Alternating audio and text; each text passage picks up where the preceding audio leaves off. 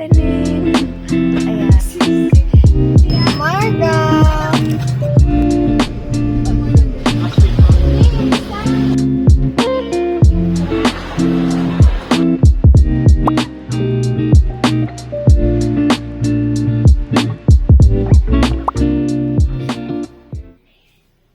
So, ayan, papakita ko lang sa inyo kung ano yung dadalhin ko bukas sa dorm. Basket muna tayo. Ito yung lalagyan ko syempre ng mga labahin. Tapos meron akong dalang basket na maliit para sa CR naman. Nandito na yung sapatos ko sa school. Ito black shoes to. Dala ko rin yung puncher ko dito sa bahay. And here, yung mga pens ko. Hindi na yan bago. Last year ko pa yung nabili and some stuff from Joy. Ayan.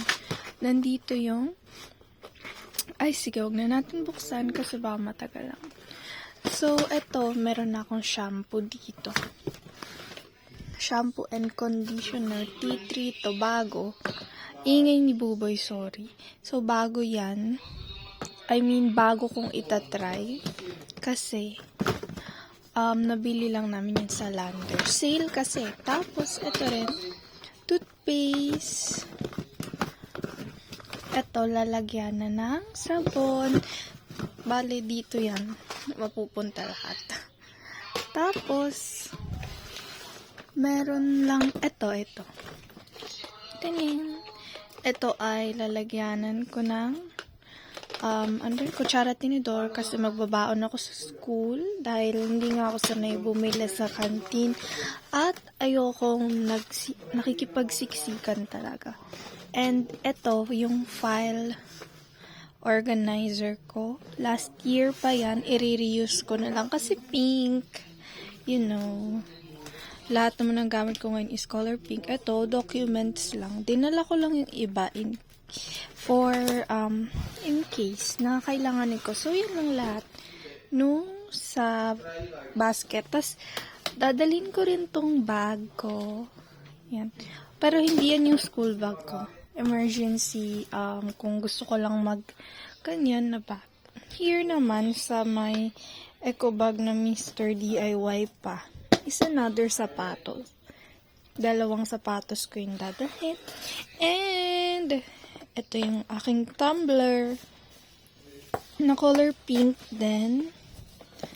Ay, mamaya ko na ibalik. And here, ito, meron ako ditong file organizer. Ano ba tawag dyan? Basta yun.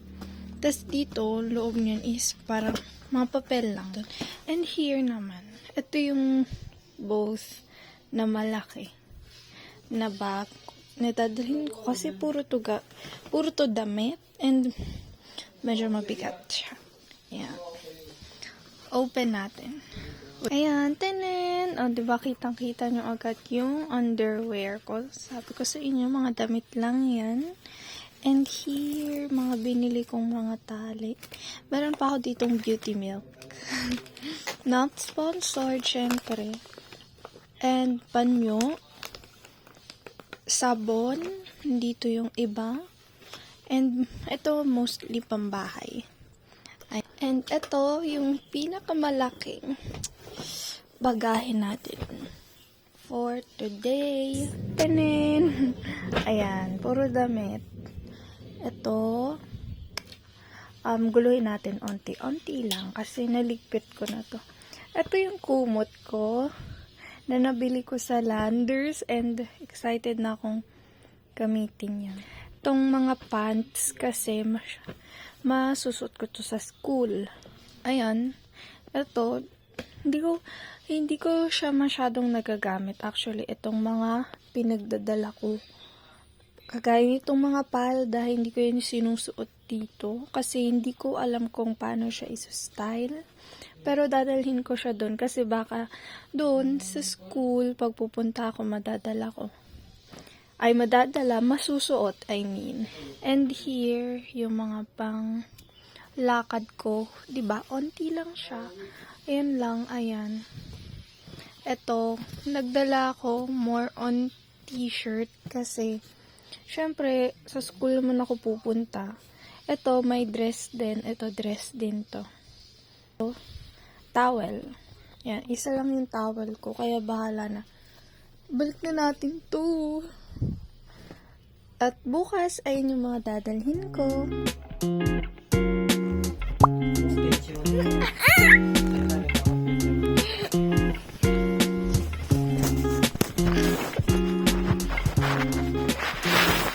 So, kinabukasan na nga, naka-ready na nga ako at inaantay na lang namin sila Tita Susan. At ito nga ang aking outfit. Pero bago kami umalis, sinundo na muna namin si Marga sa school. Dumaan na rin kami dito sa 7-Eleven kasi nagugutom na kami.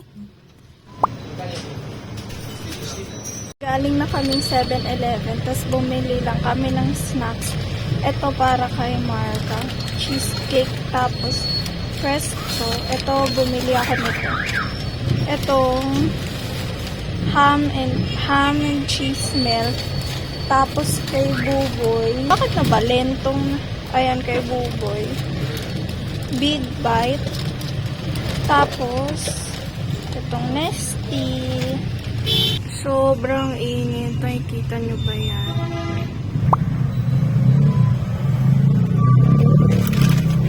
Marga! Eto, biscuit. Sa'yo yan. Ham and cheese daw. Nasaan ang ham? Nasaan ang cheese? Wow! Sobrang dami! Naku, mas marami pa yung... Alam mo ba, ibigay mo yan sa kanya. Kasi aalis kami. Alis naman pala kayo. Ka naman pag wala na kami dito ah. Ano? Ibigay mo yan sa kanya. Ayun lang. Mag-bis ka dyan. Kain mo na.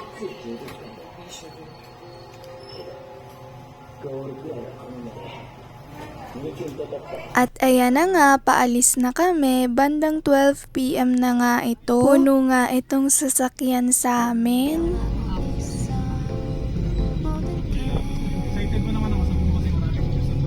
Kung i-forward mo sa atin, sigurado. Sundok lang. Pag-iisip. Magaling sila. Wala na kayo. Hindi pa nga kami nakakalayo, ayan at natulog na si Marga. Galing kasi siyang school at maaga nga siyang nagigising. At as always, traffic dito sa FCM at dito na rin sa may Quezon Ave. 100 plus. Gising na. Magaganda mga general nandun, mga... Ayan na, airplane. Ayan. Bye bye! Bye!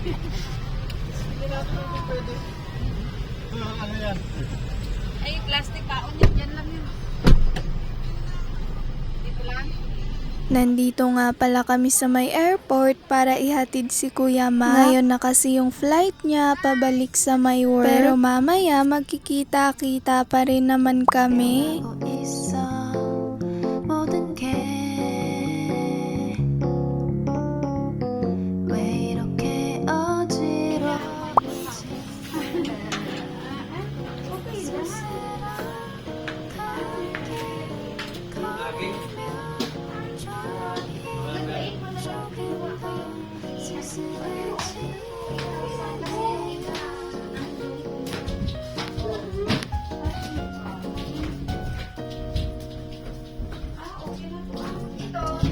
Sabi ko dito sa siya.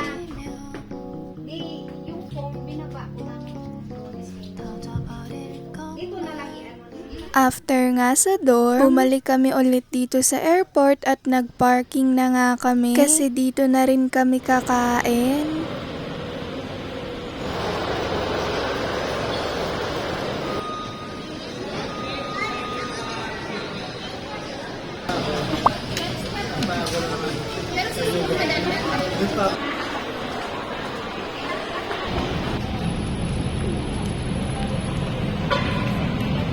After nga namin kumain at naihatid si Kuya Mac, eto at pauwi na rin kami. Marga. Pero dahil rush hour na nga ngayon, kahit saan traffic na, kaya itong sila mama at sila tita Susan nag-scatter na lang dito sa may sasakyan. Oh. 30 lang? Oo, sabi ko sa'yo, ako mga 40 lang din. Bayan. Maliit siya magbigay ngayon. 32. Hala, grabe sa'yo. 1-4 eh, oh. Uy, galing naman.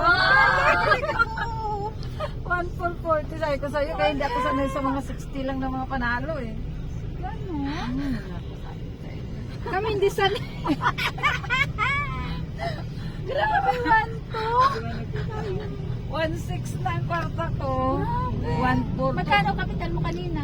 136 nga lang yan. Pero hindi na to siguro, sir. Ako rin. Wala, yun na naman. Ayan na naman, oh, 60 na naman. Yan, oh. Yan! 60 na naman. Uy, sayang. Ayan. Ayan, meron, oh. 60 Wow, na naman. 60 na naman. Ano pa? Meron na naman. Ano, Press na. grabe. Heart. Uy. No. Ay! Ay, istorbo ka. Wala na. 183 Pero lang. di bali, 183. Ma'am, napakalaki na sa akin. Lang yun. Sa amin magalagat. Masaya na ako noon. Gawin ko itong mga Ayan at madilim na nga nung nakauwi kami. Pero nandito pa lang kami sa bahay nila Mama Rose. Yung sasakyan na lang kasi nila Tita Susan ang maghahatid sa amin sa bahay. Tired? Nagugutom ka na ulit? Hindi.